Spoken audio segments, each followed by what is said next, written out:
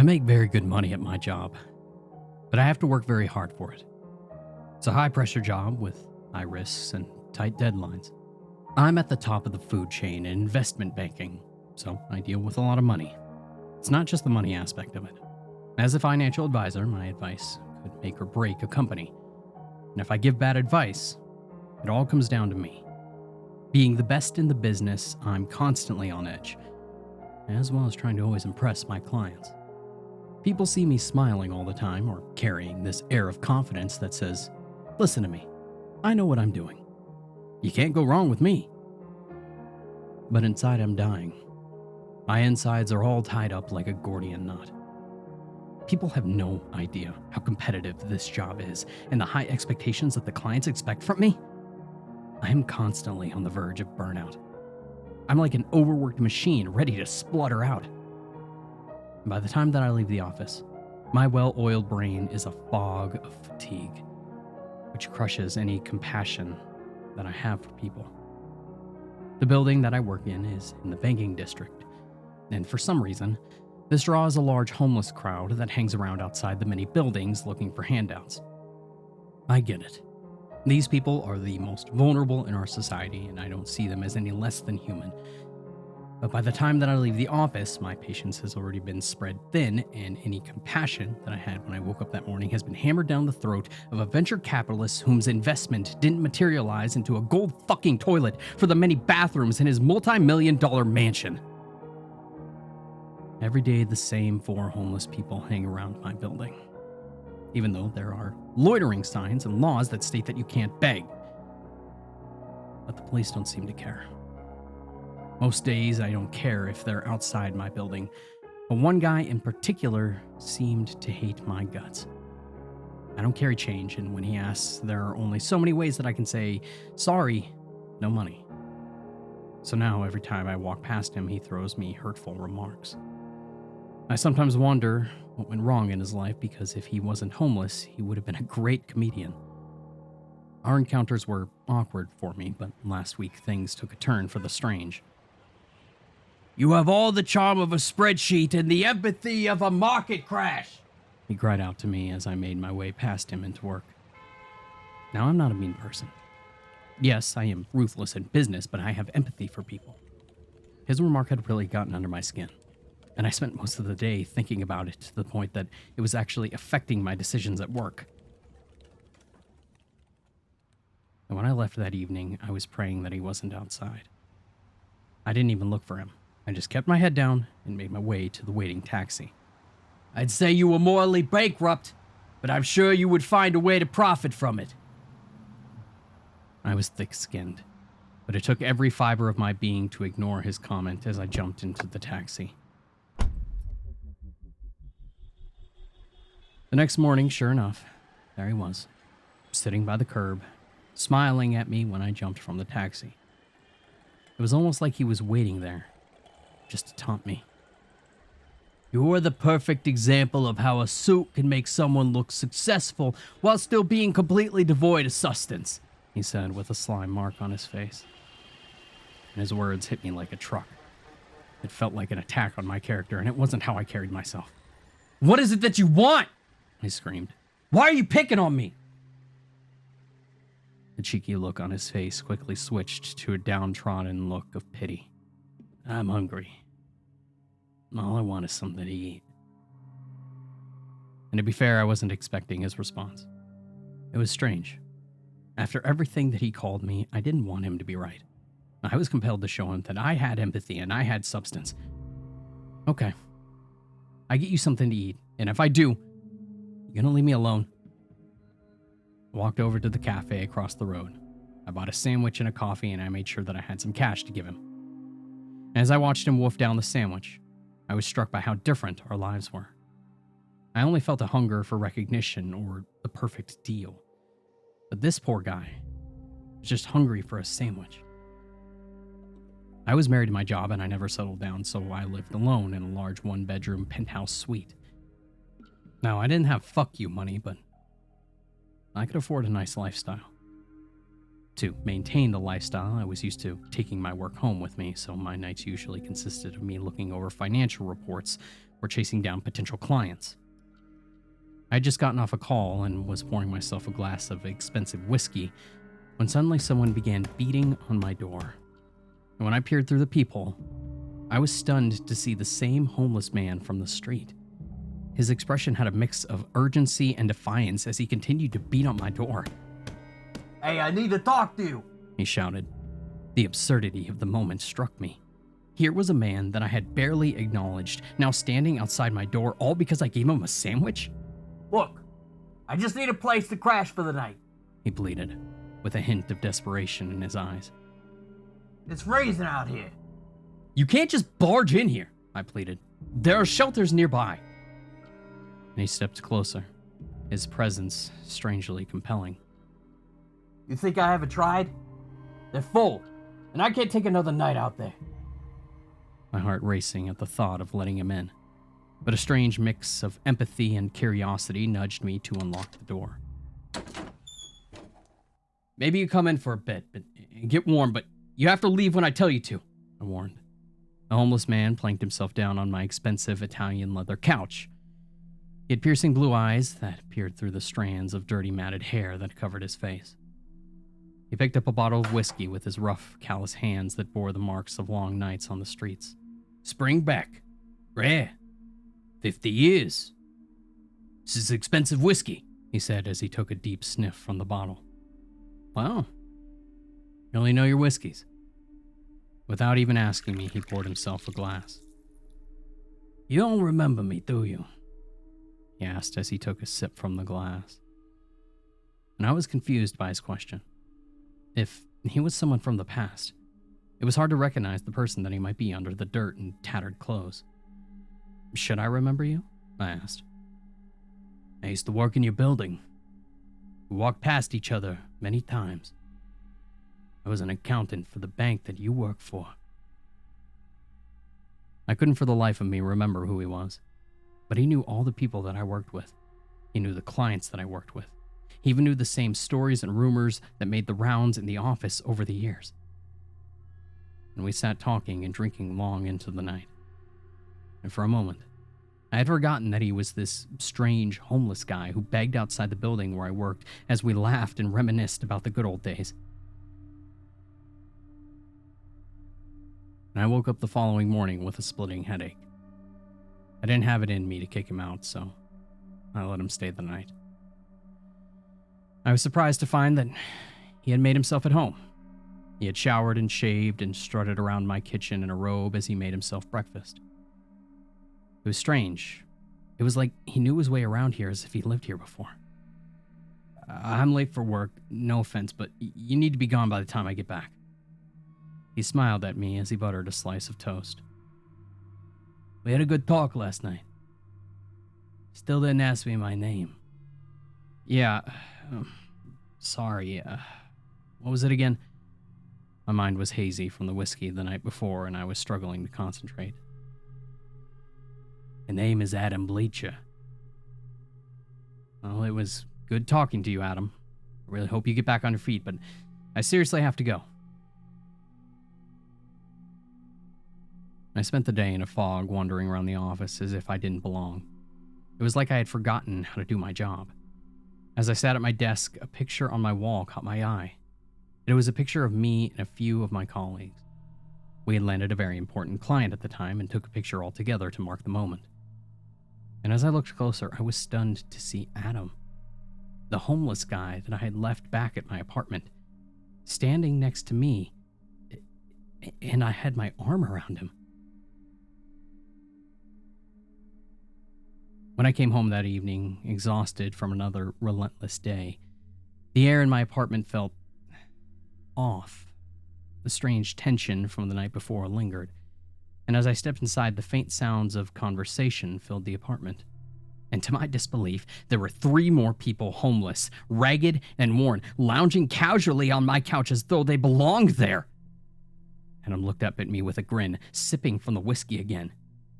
"Hey! Meet my friends," he said, gesturing to the others. "They worked in your building too once. and I wanted to scream.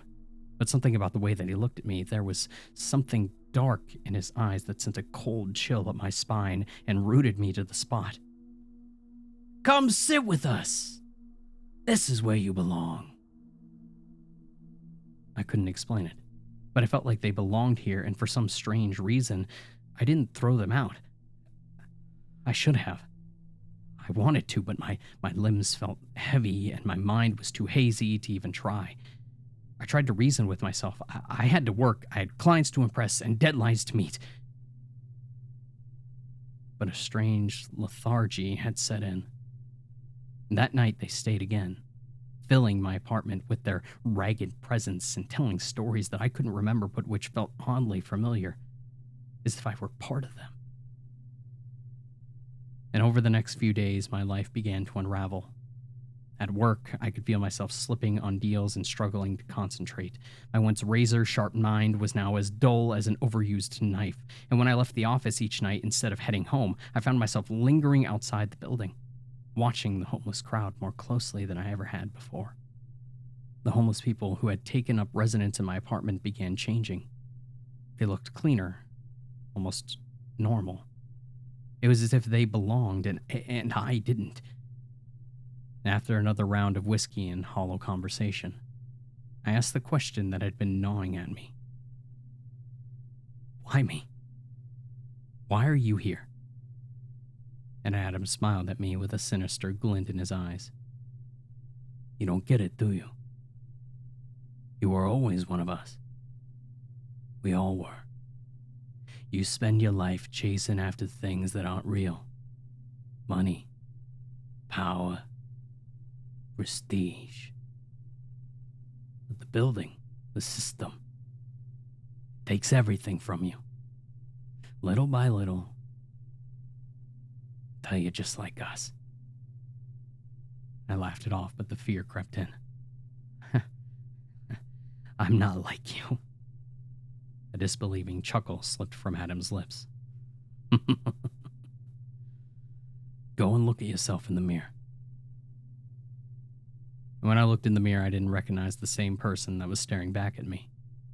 My face was pale and gaunt and my eyes hollow. At some stage, I must have stopped shaving, and I was starting to resemble Adam when he first turned up at my apartment. I had completely lost all sense of time until one day I woke up in a panic.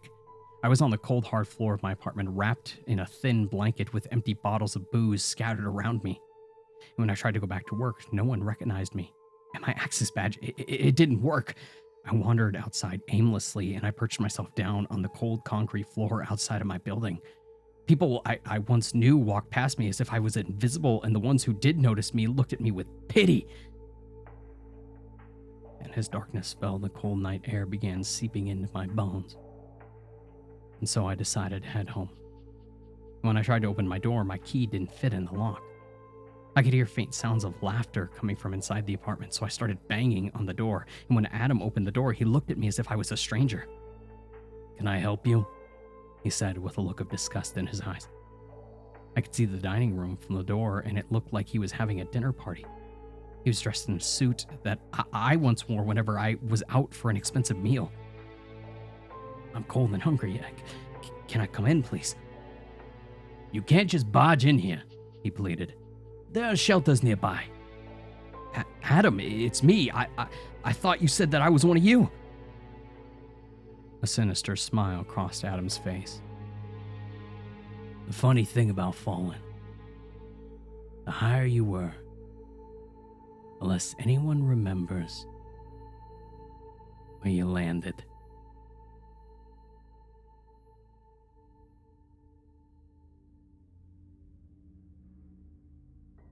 True.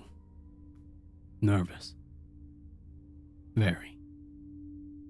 Very dreadfully nervous I had been and am. But why will you say that I am mad? The disease has sharpened my senses, not destroyed, and not dulled them. Above all was the sense of hearing acute. I heard all things in the heaven and in the earth. I heard many things in hell. How, then, am I mad? Hearken and observe how healthily, how calmly I can tell you the whole story. It is impossible to say how first the idea entered my brain, but once conceived, it haunted me day and night. Object there was none. Passion there was none. I loved the old man. He had never wronged me. He had never given me insult. For his gold I had no desire. I think it was his eye. Yes. It was this. One of his eyes resembled that of a vulture, a pale blue eye with a film over it. And whenever it fell upon me, my blood ran cold, and so by degrees, very gradually, I made up my mind to take the life of the old man, and thus rid myself of the eye forever. Now this is the point. You fancy me mad. Madmen know nothing. But you should have seen me.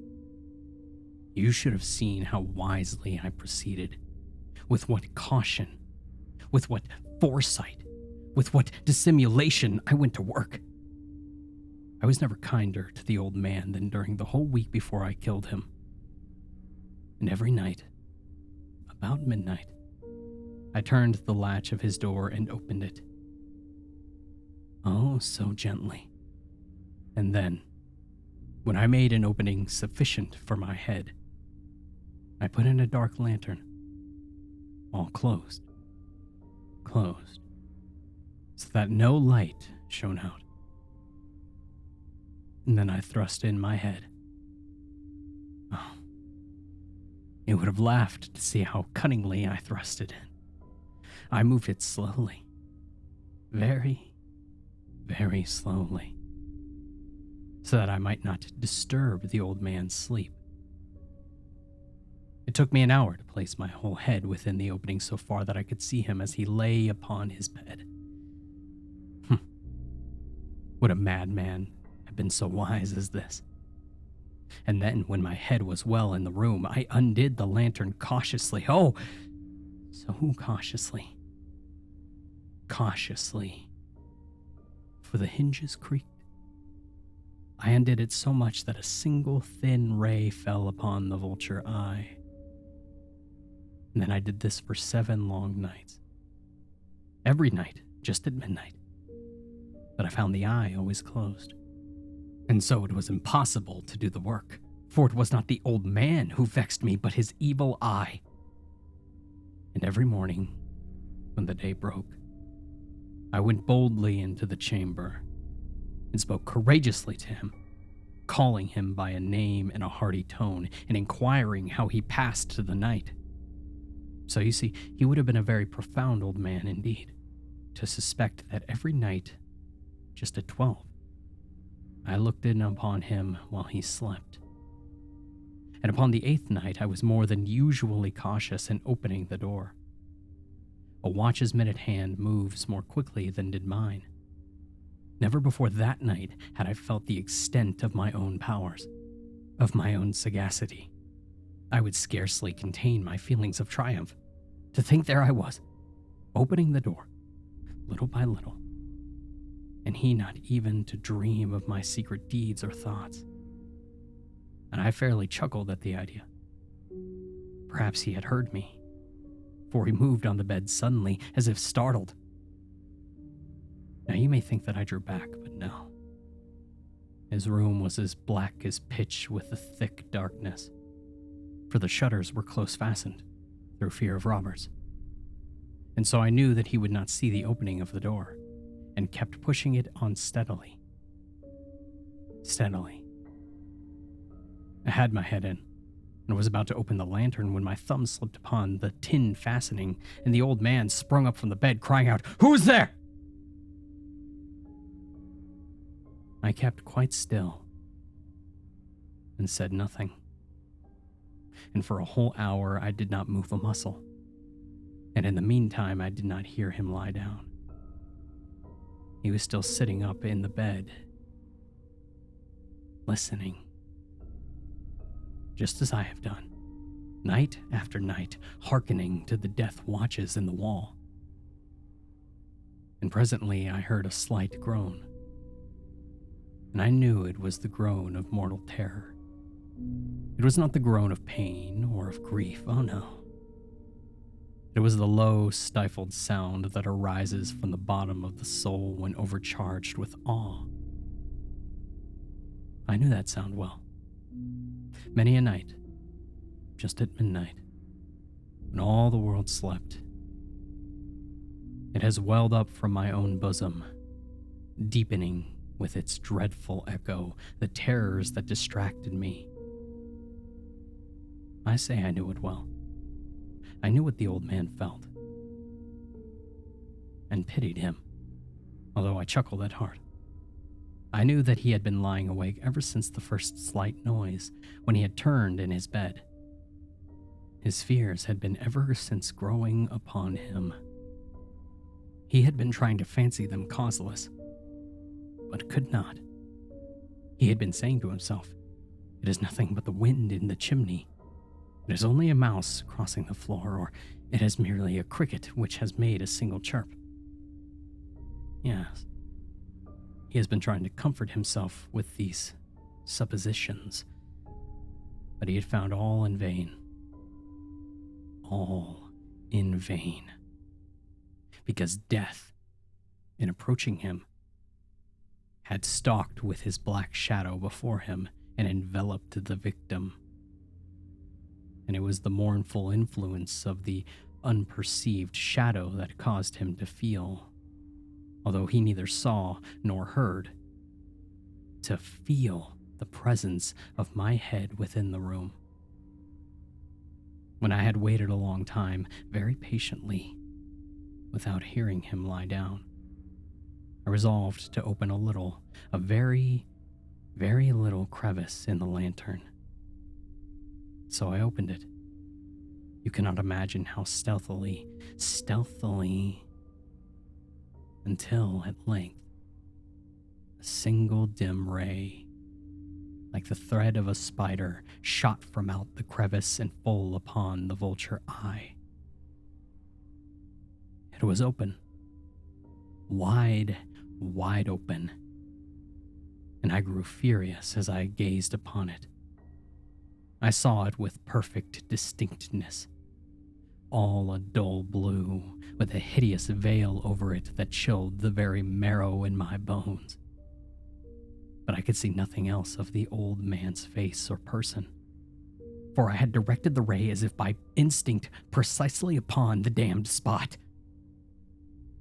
And now have I not told you that what you mistake for madness is but over-acuteness of the senses? Now I say, there came to my ears a low, dull, quick sound, such as a watch makes when enveloped in cotton. I knew that sound well, too. It was the beating of the old man's heart. It increased my fury as the beating of a drum stimulates the soldier into courage. But even yet I refrained and I kept still. I scarcely breathed. I held the lantern motionless. I tried how steadily I could maintain the ray upon the eye. Meantime, the hellish tattoo of the heart increased. It grew quicker and quicker and louder every instant. The old man's terror must have been extreme. It grew louder, I say, louder every moment. Do you mark me well? I have told you that I am nervous. So I am. And now at the dead hour of the night, amid the dreadful silence of the old house, so strange a noise as this excited me to uncontrollable terror. And yet for some minutes longer I refrained and I stood still. But the beating grew louder. Louder. I thought the heart must burst, and now a new anxiety seized me. The sound would be heard by a neighbor. The old man's hour had come. With a loud yell, I threw open the lantern and I leaped into the room. He shrieked once only. And in an instant, I dragged him to the floor and I pulled the heavy bed over him. And I then smiled gaily. to find the deed so far done. But for many minutes, the heart beat on with a muffled sound. This, however, did not vex me. It would not be heard through the wall. At length it ceased. The old man was dead, and I removed the bed and examined the corpse. Yeah, he was stone dead. I placed my hand upon the heart and I held it there many minutes. There was no pulsation. He was stone dead. His eye would trouble me no more. If you still think me mad, you would think so no longer when I describe the wise precautions I took for the concealment of the body. The night waned, and I worked hastily, but in silence. First of all, I dismembered the corpse. I cut off the head and the arms and the legs, and then took up 3 planks from the flooring of the chamber and deposited all between the scantlings. I then replaced the boards so cleverly, so cunningly, that no human eye, not even his, could have detected anything wrong. There was nothing to wash out. No stain of any kind, no blood spot, whatever. I had been too wary for that. A tub had caught all. When I had made an end of these labors, it was 4 o'clock, still dark as midnight, and as the bell sounded the hour, there came a knocking at the street door. I went down to open it with a light heart, for what I had now to fear. And there entered 3 men, who introduced themselves with perfect suavity as officers of the police. A shriek had been heard by a neighbor during the night. Suspicion of foul play had been aroused, information had been lodged at the police office, and they, the officers, had been deputed to search the premises. And I smiled. For what I had to fear. I bade the gentleman welcome. The shriek, I said, was my own in a dream. The old man, I mentioned, was absent in the country. And I took my visitors all over the house. I bade them search. Search well. I led them at length to his chamber. I showed them his treasures, secure, undisturbed. In the enthusiasm of my confidence, I brought chairs into the room and desired them here to rest for their fatigues, while I myself, in the wild audacity of my perfect triumph, placed my own seat upon the very spot beneath which reposed the corpse of the victim. The officers were satisfied. My manner had convinced them. I was singularly at ease. They sat, and while I answered cheerily, they chatted of familiar things. But, ere long, I felt myself getting pale and wished them gone. I had ached and I fancied a ringing in my ears, but still they sat and still chatted, and the ringing became more distinct. It continued and became more distinct. I talked more freely to get rid of the feeling, but it continued and gained distinctiveness until at length I found the noise was not within my ears. No doubt I now grow very pale, but I talked more fluently and with a heightened voice. Yet the sound increased, and what could I do? It was a low, dull, quick sound, much a sound as a watch makes when enveloped in cotton. And I gasped for a breath, and yet the officers heard it not. I talked more quickly, more vehemently, but the noise steadily increased. I arose and argued about trifles in a high key and with violent gesticulations, but the noise steadily increased. Why would they not be gone? I paced the floor to and fro with heavy strides, as if excited to fear by the observation of the men, but the noise steadily increased. Oh God, what could I do? I foamed and I raved, I swore. I swung the chair open which I had been sitting and grated upon the boards, but the noise arose over all and continually increased. It grew louder, louder, louder, And still the men chatted pleasantly and smiled. Was it possible that they heard not? Almighty God. No. No, they heard. They suspected. They knew! They were making a mockery of my horror. This I thought. And this I think. But anything was better than this agony. Anything was more tolerable than this derision. I could bear those hypocritical smiles no longer. I felt that I must scream or die. And now, again, hark! Louder! Louder! Louder! Louder! Villains! I shrieked. Dissemble no more! I admit the deed. Tear up the planks! Here! Here! It is beating of his hideous heart!